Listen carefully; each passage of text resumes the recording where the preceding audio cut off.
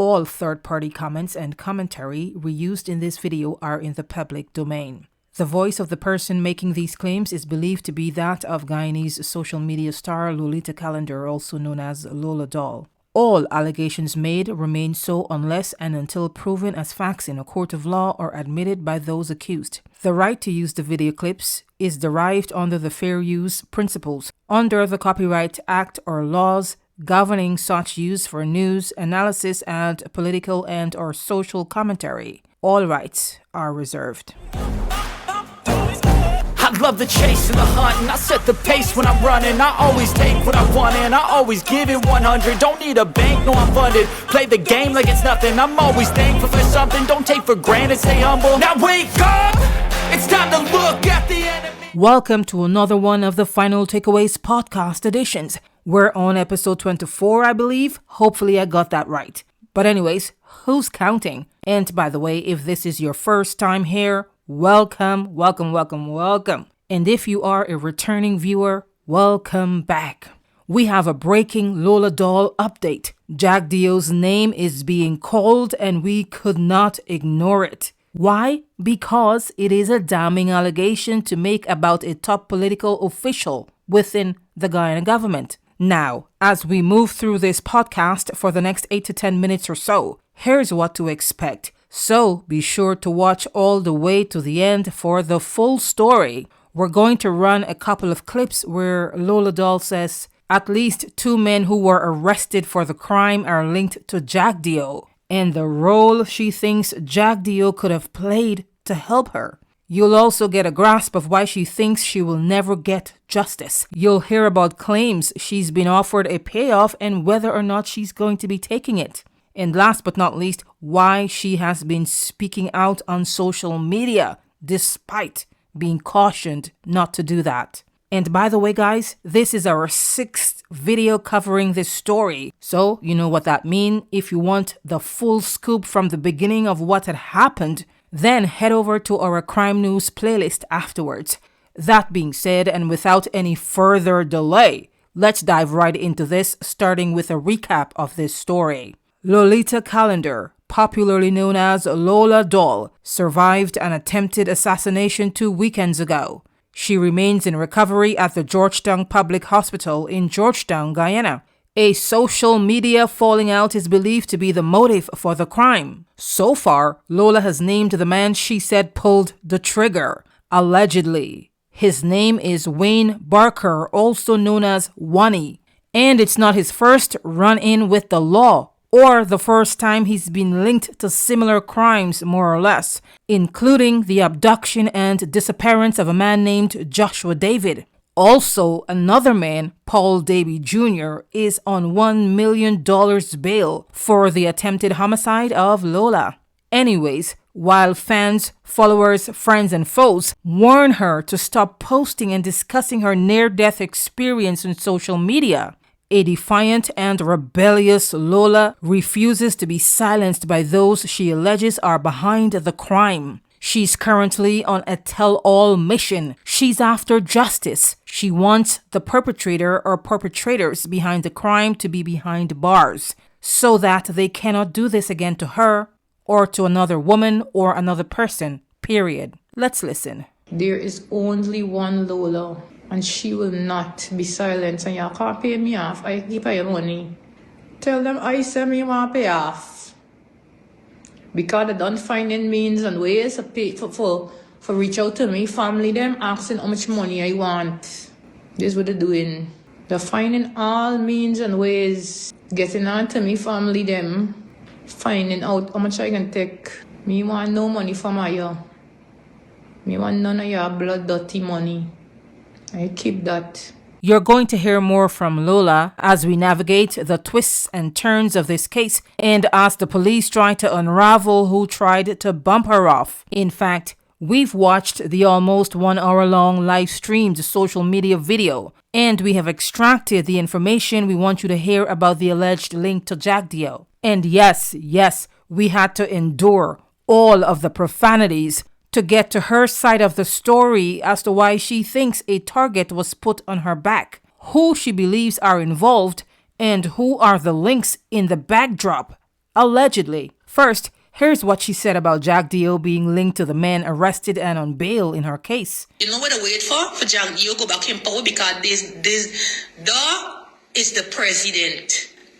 Is the people. So once he gets it back in power, things gonna remain the same for them. All of them is one. You've gotta admit, this is some serious ish that can have equally serious implications. Linking Jagdeo to these men is like linking him to a criminal enterprise. After all, both men are no strangers to the police. And if you haven't heard, the US has sanctioned Paul Daby Jr. for alleged drug trafficking. Meanwhile, Wayne Barker is one of 6 or 7 men, I believe, who were arrested and remanded for the abduction and disappearance of Joshua David, but I don't believe Barker served any time. But don't miss this other key piece of revelation. Lola Doll deadass believed that Jagdeo could have intercepted this hit.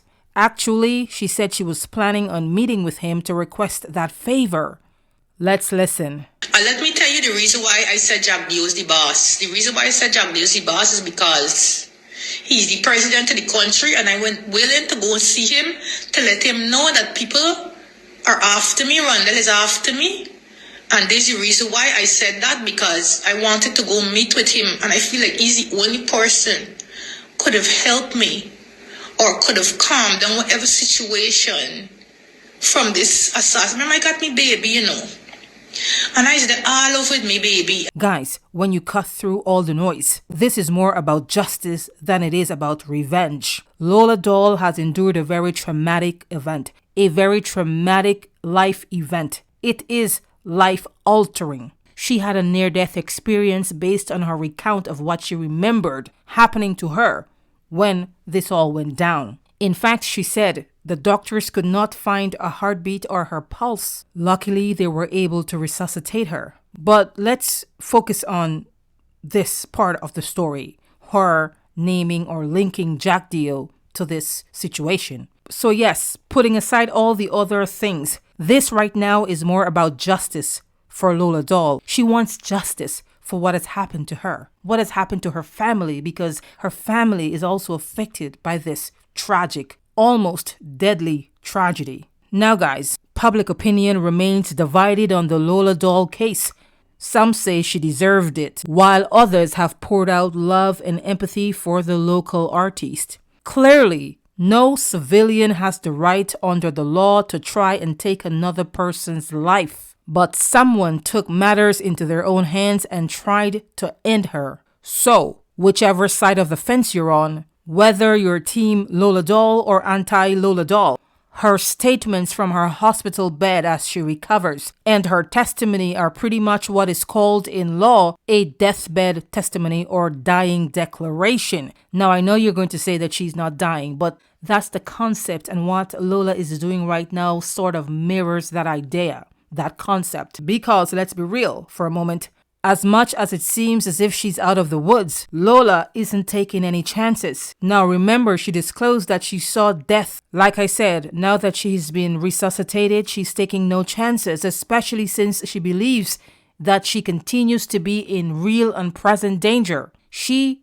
is in fear. She says she's fearful for her life and the life of her loved ones. She believes this isn't over. So these fears can be the motive behind her laying bare all that she wants her family members, the public, her fans, and the police to know. Speaking of the police, Lola is suspicious of the police. She doesn't believe they will help her get justice, considering the law enforcement agency is viewed as highly corrupt and compromised. Let's bring back in Lola. I pray for justice, I would love to have some justice, because I can't see these people doing, these men die out. Look the pictures them that I've posted. All these people are victim of these people. They are victim of these people, and they never get justice. None of them.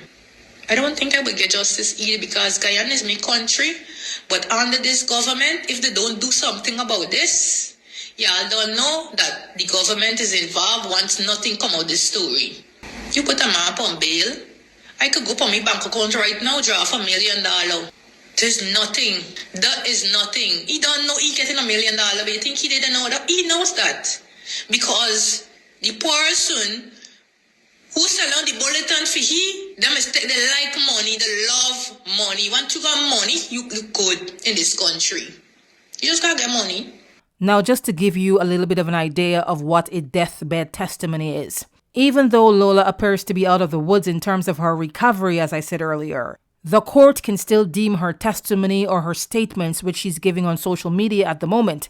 The court can consider these recounts and statements as admissible. For those of you who are not familiar with the law, this type of declaration is an exception to the hearsay rule because it's considered reliable due to the declarants or the person, and in this case, Lola Doll, because that person's imminent death gives them no reason to lie. But again, it is a matter for the court to determine whether that testimony is admissible. And if it's admissible, whether it's proven to be a fact or whether the jury believes the person making the statement, if they're not around to be in court personally and physically to give testimony. Let's hope Lola is around to testify for herself in court as she pursues justice.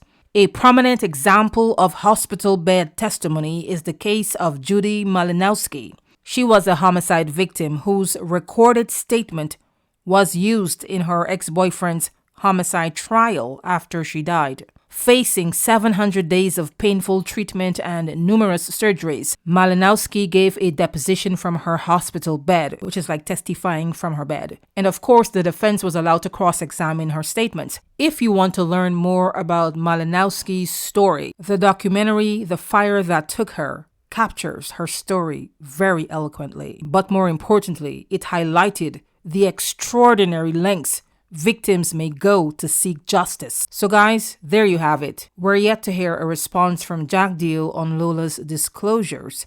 We're going to reserve our comments on this particular disclosure by Lola linking Jagdeo to these men who are accused and have been arrested and placed on bail for attempted homicide.